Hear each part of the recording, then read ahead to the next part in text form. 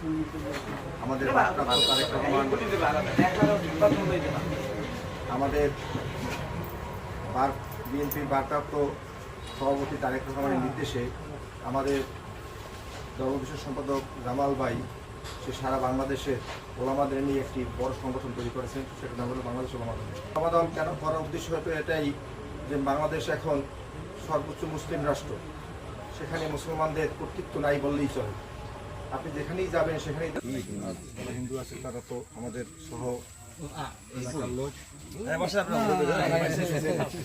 Originally ধর্মবিষয়ক সম্পাদক আমি জালুকাঠির, অতএব ধর্মের উপরেই আলোচনা করা উচিত, হিন্দু ধর্মের উপরে কোনো প্রকার আঘাত না করে। আমি কিন্তু গুয়াটং ছাড়া, গুয়াটং আমার মানে আওতার ভিতরে, আমি প্রায় অন্তকে 20-25 জায়গায় ফোন দিছি 3 দিন আগে, 2 দিন আমাদের এই 6 তারিখে আর কি, যে কারো কোনো সমস্যা হলে সাথে জানাবো। আমরা আছি, তফিক ভাই আছে, যারা যারা রিপন আছে, প্রত্যেকের যারও হইতে আর কি যে আছে সে জানাইতে বলছি।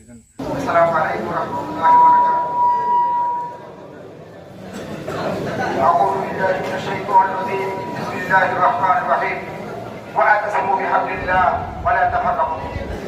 وقال رسول الله صلى الله عليه وسلم المسلم من سلم المسلمون من لسانه ويده. আমি প্রথমে স্মরণ করছি আজকে যে আমাদের এই মহান বিজয়ের নেপথ্যে যারা কাজ করেছে, আমাদের ছাত্র জনতা, যাদের রক্তের বিনিময়ে, হাজারো আবু সাইদের রক্তের বিনিময়ে আমরা স্বাধীনতা পেয়েছি। আমি শ্রদ্ধাভরে স্মরণ করছি অন্যান্য নেতৃবৃন্দ যারা মৃত্যুবরণ করেছে তাদেরকে। আয়োজিত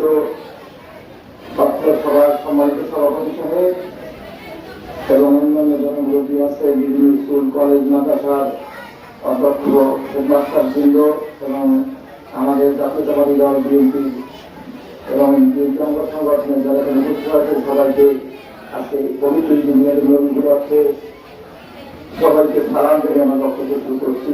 45 বছর আগে ওলামা দল প্রতিষ্ঠা করছে, কেন সে অনুভব করছে, তারা রাজনীতিবিদ ছিল, তারা অনুভব করছে যে বাংলাদেশকে হক্কানি আলেমদেরকে নিয়ে একটা দল গঠন করতে হবে এবং এইটার সবচাইতে বেশি এখন প্রয়োজন।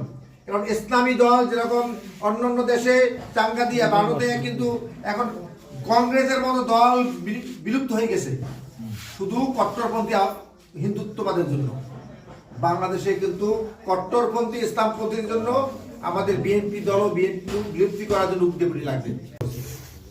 আমি আসিয়া এলাকায় আজকে ঢুকছি, আসরের পর এখানে ঢুকছি, আমরা একটা প্রোগ্রাম ছিল কালীগুলো মিলে বিভাজন মনে হয়েছে। সেটা হলো অনেকে বলতে আছে যে এই কমিটিটা, এটা জাস্ট আমি যারা বলতেছি সেও তার কেউ ভাগে পায়নি। অতএব এখন যদি বিএনপিকে কেউ ঠেকাইতে পারে তাহলে তারা সাকসেস হতে পারবে। আর বিএনপি ক্ষমতা আসলে তারেক রহমানের ভীষণ যে কোনো দুর্নীতিবাজ রাখবে না, এমন সময় আসবে যারা দুর্নীতি করে তারা কিন্তু দল করতে চাবে না। কেন দুর্নীতি করতে পারবে না, দলের ভিতরে মজা পাবে না, করবে না। ইনশাল্লাহ তখন যারা দুর্নীতি ছাড়া দল করার জন্য আমরা আগাই আছি, আমরা পারবো। আমরা জানি সবাই যে আমাদের গণতন্ত্রের মা দেশনেত্রী বেগম খালেদা জিয়া উন্নত চিকিৎসার জন্য এতদিন তাকে বাংলাদেশ থেকে বাইরে যেতে দেওয়া হয় নাই।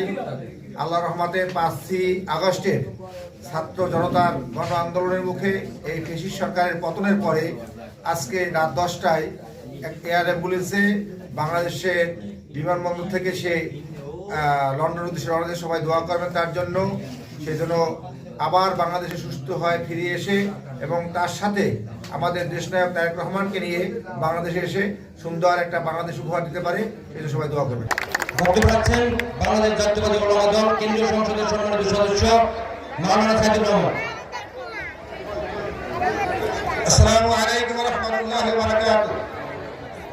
অধ্যক্ষ সভার সম্মানিত সভাপতি, অধ্যক্ষ সভার সম্মানিত প্রধান অতিথি, বাংলাদেশ জাতীয়তাবাদী দল বিএনপি ধর্মবিষয়ক সম্পাদক, কেন্দ্রীয় ধর্মবিষয়ক সম্পাদক জনাব রফিকুল ইসলাম জামাল ভাই এবং অন্যান্য নেতৃবৃন্দ, আজকে